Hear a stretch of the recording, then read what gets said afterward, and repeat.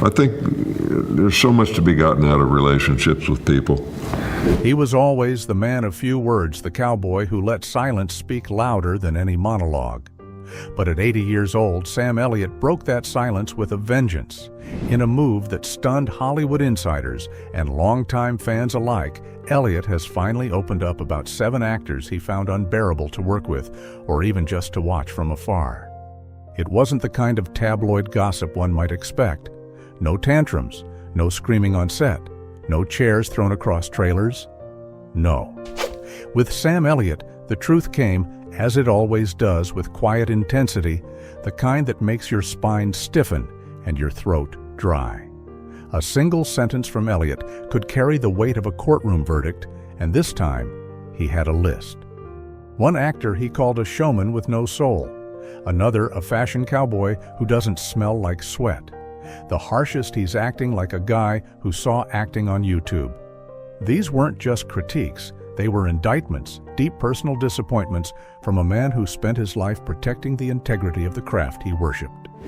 For Sam, acting was never a performance. It was a ritual.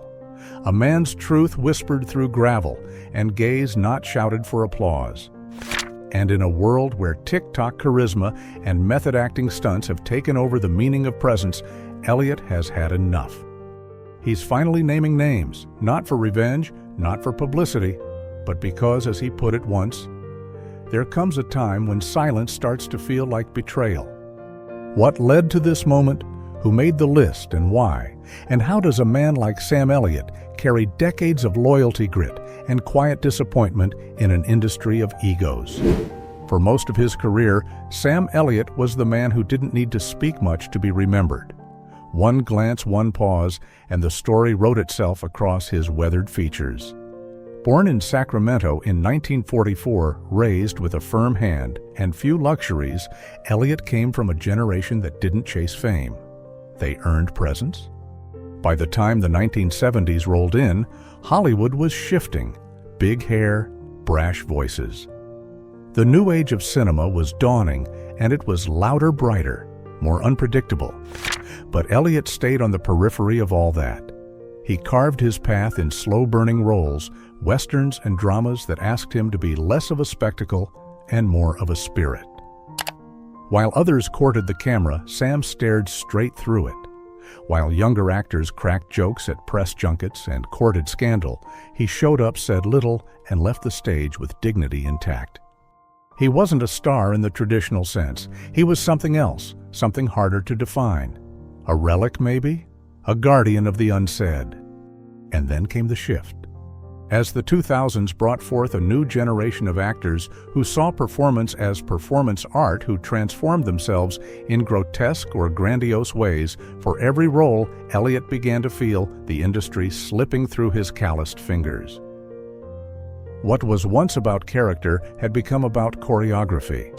What once relied on silence now demanded screaming. He worked with them, some of them, and others he avoided altogether. He watched from the sidelines as actors he'd never shared a frame with dominated headlines, praised for choices he considered reckless, ego-driven, or hollow.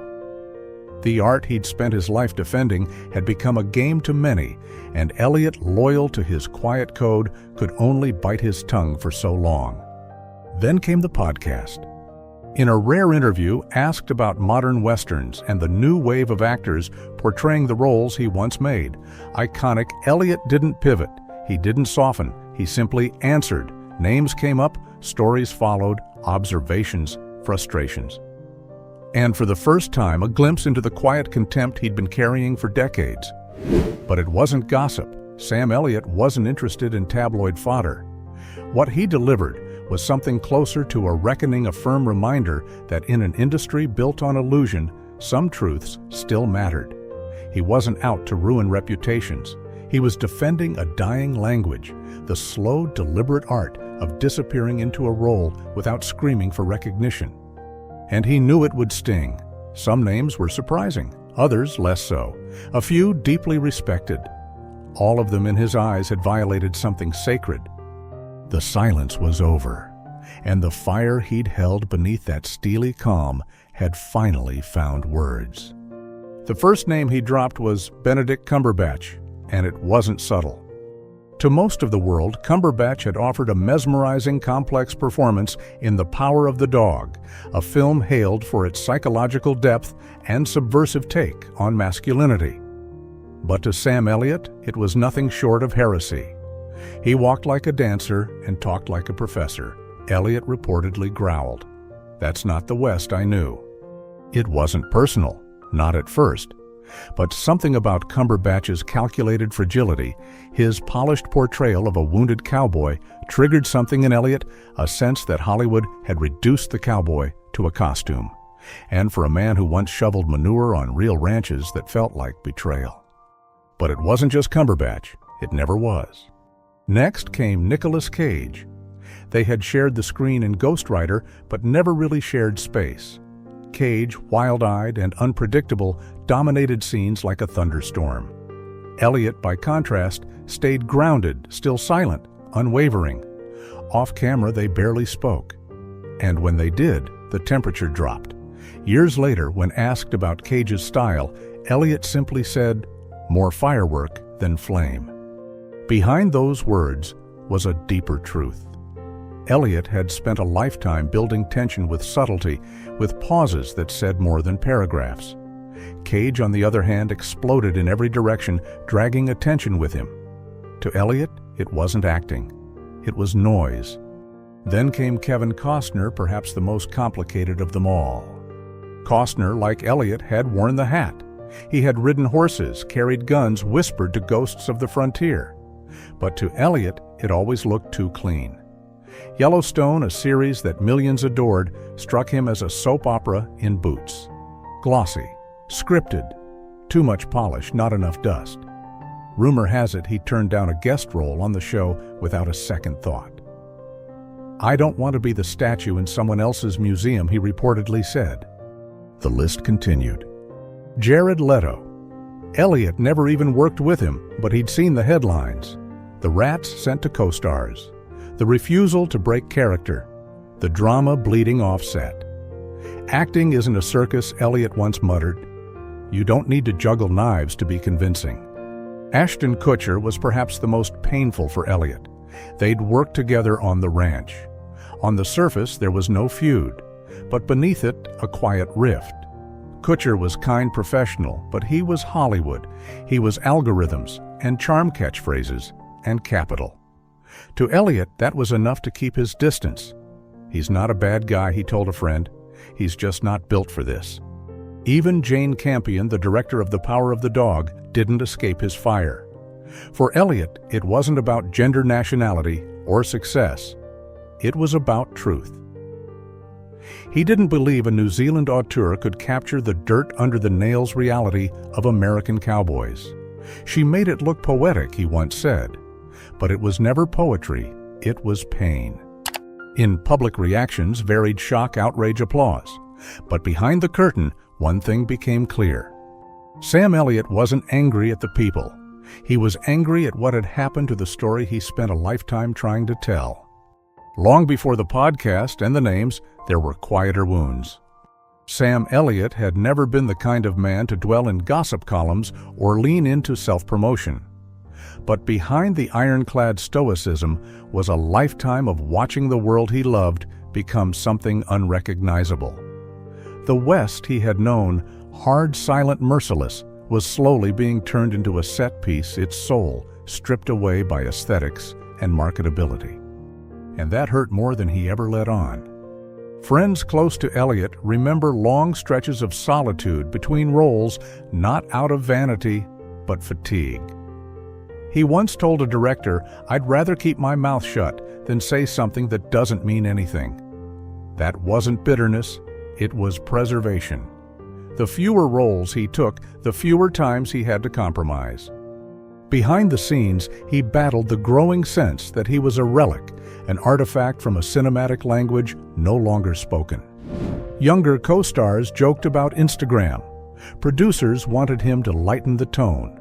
And when scripts came across his desk, they were filled with dialogue that sounded like Twitter threads in cowboy boots. Elliott's response was silence, not rage, not complaint, just a retreat. And it wasn't always graceful. There were months where he stopped returning calls, weeks where even his wife, the actress Catherine Ross, worried he was folding into himself. One friend described it as watching a mountain erode from within. He never touched rehab. He didn't collapse on red carpets, but his form of self-destruction was quieter, sadder, a gradual withdrawal from the thing he loved most, film. There were years, one old co-star recalled, where it seemed like he'd rather shovel dirt on a ranch than walk onto a set. Some say it wasn't just the industry that broke his heart. It was the loss of peers, the passing of friends who'd understood that world without needing to define it. Others say it was the betrayal he felt watching kindred spirits change under the weight of fame. Jeff Bridges was one of those spirits. They'd once shared something unspoken, a mutual reverence for character silence and authenticity. But after Bridges' Oscar win, things changed. He became polished, curated, more celebrity than cowboy. "He didn't betray me," Elliott once said. "He just left the place we used to meet." Media never covered that drift. It wasn't scandalous, it wasn't viral, but it left a deeper scar than any headline ever could. Because for Elliott, loyalty wasn't about showing up. It was about staying rooted. As the world cheered the new wave of Hollywood louder, faster, flashier, Sam Elliott quietly mourned the death of something older, something sacred. And when he finally spoke the names, it wasn't to lash out. It was to say goodbye. From our perspective here at Legends and Secrets, Sam Elliott's confession wasn't an attack, it was a eulogy. In a time where the line between actor and influencer has blurred, where performances are measured in sound bites and viral moments, Elliott stood as a monument to restraint. He didn't name names to stir controversy. He named them to mark the shift, to draw a line in the sand between what Hollywood used to be and what it's become. Yes, some will call his words harsh. Others may accuse him of being out of touch. But perhaps that's the price of consistency in an industry addicted to reinvention. Elliott never played the fame game. He never reinvented himself. He held the line while others let it move. He's not perfect, no legend is. But his silence for so many years wasn't cowardice. It was discipline, and when he finally spoke, it wasn't to wound, it was to remind. That behind the makeup, the costumes, the Oscar campaigns there, once was a craft built on something deeper. Grit, honesty, patience. The kind of things that don't trend but endure. Do we agree with everything he said? Maybe not. But we understand it. Because if Sam Elliott, the man who has weathered Hollywood like a cliff against the ocean, feels like the industry has lost its soul, then maybe it's worth asking. Has it? What about you? Do you see Elliott's words as a wake-up call or just an old cowboy refusing to ride off quietly? In the end, Sam Elliott didn't raise his voice. He didn't write a tell-all or burn bridges in a blaze of headlines. He simply named what hurt him. Quietly, firmly, like a man placing stones on the graves of things he once loved. And maybe that's why it echoes so deeply. Because what he mourned wasn't just bad acting or hollow fame, it was the erosion of an unspoken code, the silence between lines, the weight of a glance, the truth you could feel even when no one was talking. He was never meant to be the last cowboy, but somehow that's who he became. The man who stood still while everything moved, the one who remembered when grit wasn't a costume and loyalty wasn't a marketing angle. Now at 80, Sam Elliott has finally told us what he couldn't say before. Some stories were never meant to be known. But now you know,